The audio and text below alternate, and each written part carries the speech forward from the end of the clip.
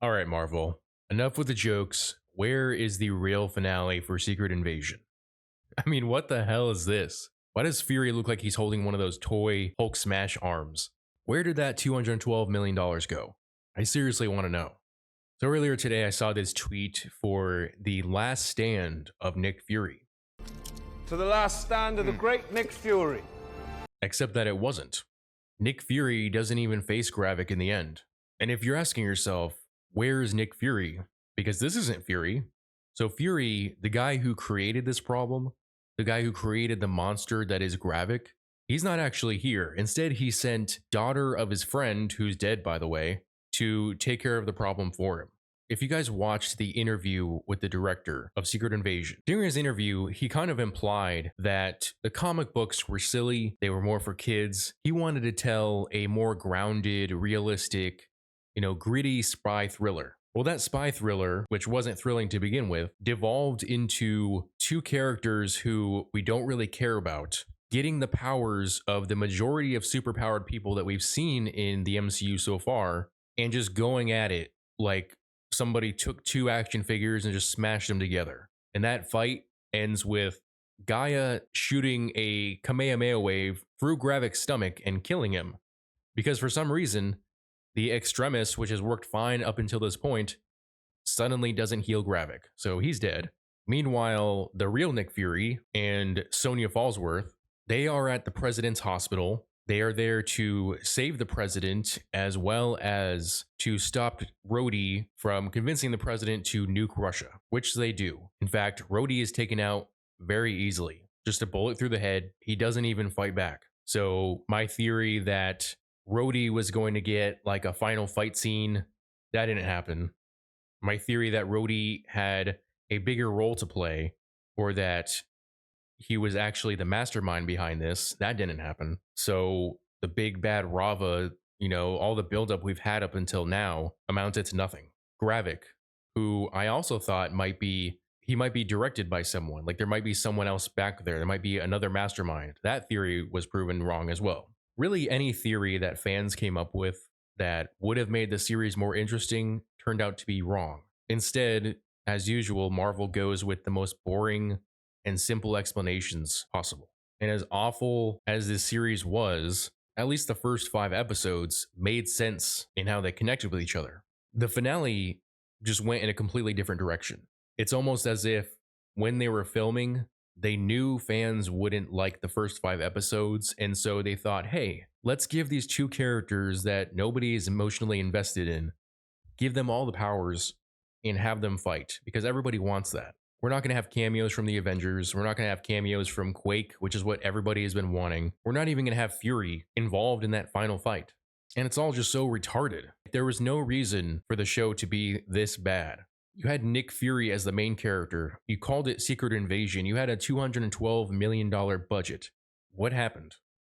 Why is everything so disjointed? Why does the finale seem like it belongs to a totally different show? Why was this show made in the first place?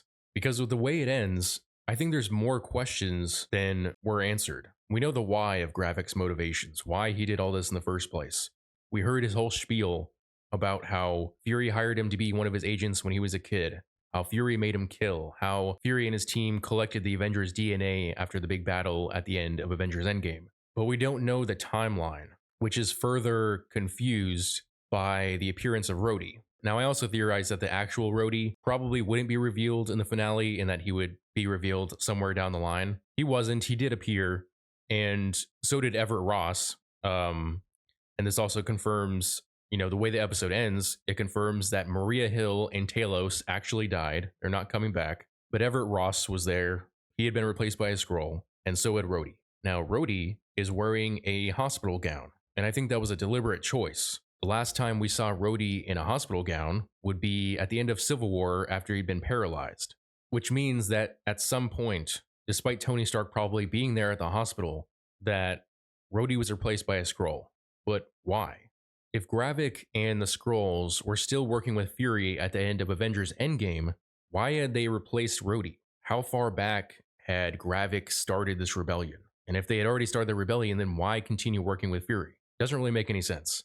And if you were hoping for a post-credit scene, there isn't one. this show definitely leads into the Marvels, unfortunately. I mean, does anybody really care about that movie? Is anybody going to care that Secret Invasion, which was already a terrible show, leads into the Marvels? Because at the end, this whole middle aged couple with their will they, won't they get back together between Fury and his wife Priscilla, because he showed up and they reconciled and then they separated and then they showed up again, but they didn't kill each other. And then he asks for her to come back one last time in the finale, and she decides to go with him to the Saber space station. And she's going to be a diplomat for the upcoming peace talks between the Kree and the Skrulls. Because conveniently, after all these years, the Kree have decided to make peace with the Skrulls. Just so happens that the Skrulls are no longer allowed on Earth because President Ritson, who was absolutely pissed at this whole thing, just went on the warpath. He declared that every non-human species on Earth, obviously not including animals, I mean every extraterrestrial species, is now an enemy combatant. And this causes vigilantes to go around killing Skrulls.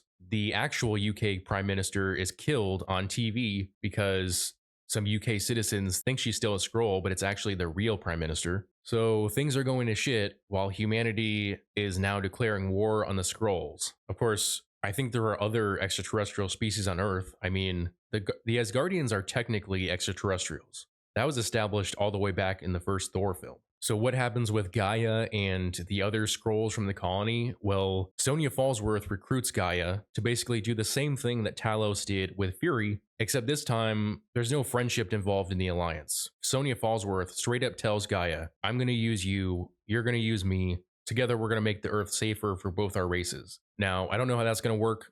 Obviously, this show did not end how I think anybody expected it to end. It's going to lead into the next movies and Disney Plus series, which means that this Secret Invasion, which wasn't really Secret Invasion, is actually the prelude to Secret Invasion. Although I don't think that we'll still see a comic book accurate version of the comic later on, even though this series is also likely to lead into the Thunderbolts, which was announced a couple years ago, which makes more sense now because now that the US government is going after the Skrulls, they're going to want to create a government super team, and the Avengers are unlikely to willingly become government agents. But some people already are, like Yelena Belova, like John Walker, possibly Bucky Barnes. I mean, I don't really see him working for the government, but maybe Valentina has some sort of dirt on him. Maybe she'll blackmail him to being on the team. I mean, all the people that are rumored to be in this film seem like they would have something to blackmail them with. So you're going to have the Marvels, you're going to have the Thunderbolts at some point, but what was the point in calling it Secret Invasion? What was the point of getting people excited for that comic book event when this series was just like the preamble to an actual invasion? I mean, it wasn't really an invasion because the Skrulls have been on Earth for 30 years.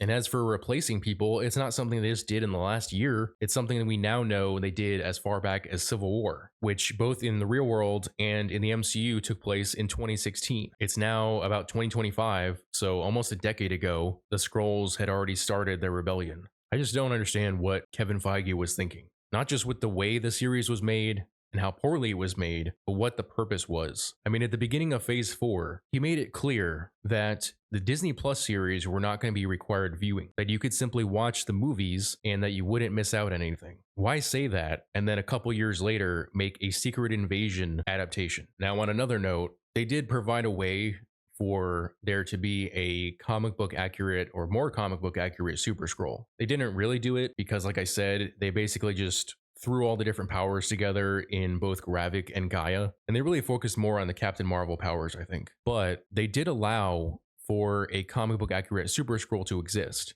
because as we've already seen, the Groot powers allow Gravik to replicate the stretching ability of Mr. Fantastic. The Extremis gives them the fire abilities of the Human Torch, where I thought the DNA of Cole Obsidian would give the Skrull a hardened exterior and durability of the Thing. It turns out that the more similar version is the DNA of Korg. Now, how they get DNA from a pile of rocks, I don't know. And then in terms of the Invisible Woman, the best analog they have is actually the abilities of Ghost. Now, Ghost was a character from Ant-Man and the Wasp, so I would understand if you don't remember her at all. She had the ability to become invisible as well as to become intangible. So A scroll having the abilities of Ghost would not give them the levitating and force field abilities of Sue Storm, but with the invisibility, it's close enough. So theoretically, if you combined Groot, Korg, Extremis, and Ghost or their DNA, then you would have a Super Scroll.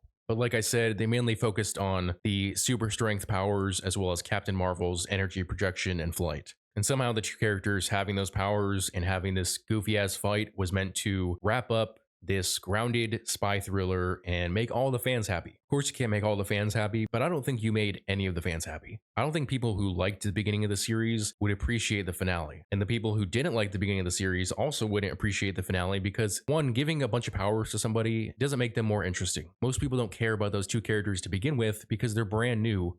We haven't been given the time to get to know them or decide if we care about them or not. This whole series was trash, and I don't know how they recover from this. Specifically, I don't know how they recover the image of Nick Fury.